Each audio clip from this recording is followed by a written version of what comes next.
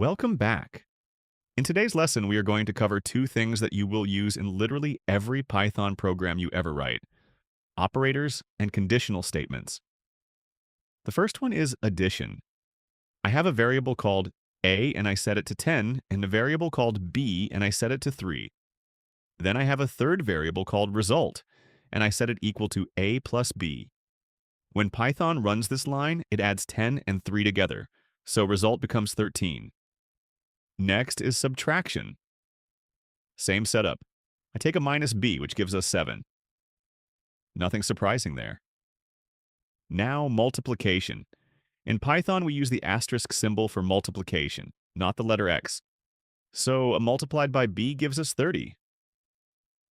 Division is next, and this is where it gets slightly interesting. In Python, when you divide two numbers using the forward slash, you always get a decimal back, even if the numbers divide perfectly. So 10 divided by 3 gives us 3.33, and so on. But what if you only want the whole number part without any decimals? That is what floor division is for. We use two forward slashes instead of one. So 10 floor divided by 3 gives us 3. It just drops everything after the decimal point. It does not round, it just cuts it off. Now the modulo operator. This one confuses beginners at first, but it is actually very useful. Modulo gives you the remainder after division. We use the percent sign for this. So 10 modulo 3, meaning 3 goes into 10 three times, and there is 1 left over. So the result is 1. You will use this a lot later when you want to check if a number is even or odd. And finally, exponentiation, which just means to the power of. We use two asterisks. So a to the power of b means 10 to the power of 3, which is 10 times 10 times 10, which equals 1,000. So those are your 6 math operators: addition, subtraction, multiplication, division, floor division, modulo, and exponentiation. Take a second to let that sink in before we move on. Now let's talk about comparison operators. These are different from math operators. Instead of calculating a result, they compare two values and return either true or false. That is it, just true or false. And true and false with a capital T and capital F are special values in Python called booleans. We will talk about them more in a future lesson, but for now, just know they represent yes and no, true and false. Let me walk through each comparison operator one by one. The first one checks if two values are equal to each other. We use two equals signs for this, not one, two. One equals sign means you are assigning a value to a variable. Two equals signs means you are asking, are these the same? So if x equals 5 and y equals 3, then x double equals y gives us false because 5 and 3 are not the same. Next is not equal. We use an exclamation mark followed by an equals sign. So x not equal to y gives us true, because yes, 5 and 3 are different. Then we have greater than. X greater than y gives us true, because 5 is greater than 3. Less than is the opposite. X less than y gives us false because 5 is not less than 3. Greater than or equal to means true if the first value is greater than or exactly equal to the second. We write it as a greater than sign followed by an equal sign. And less than or equal to is the same idea, but flipped. We write a less than sign followed by an equal sign. These 6 comparison operators are what you will use to build the conditions inside your if statements, which is exactly what we are covering next. Real quick before we jump into the next part, if you are finding this helpful, go ahead and hit subscribe.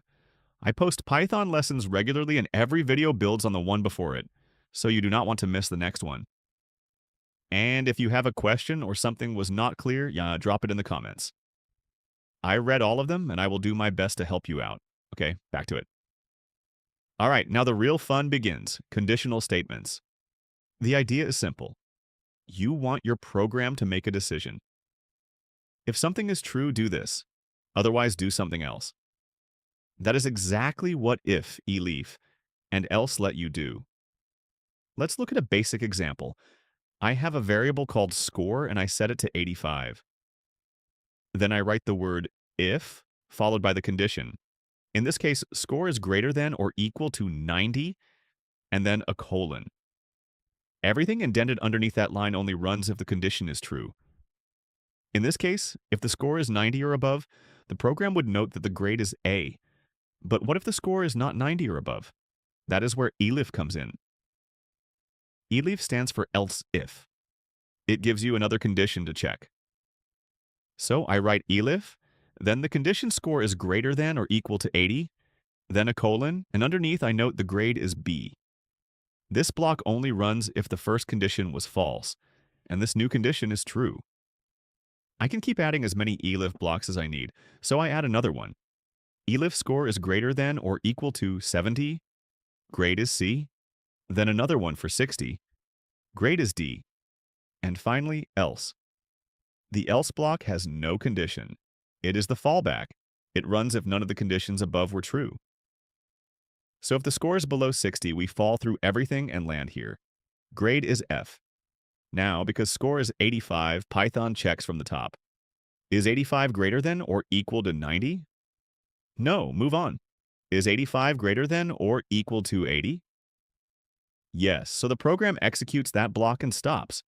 It does not check the rest. This top-to-bottom checking is important to understand. Python goes through your conditions in order and runs the first one that is true. The rest are skipped. Let me show you one more practical example. Let's say I have a variable called age set to 20. I write if age is less than 13, the person is a child.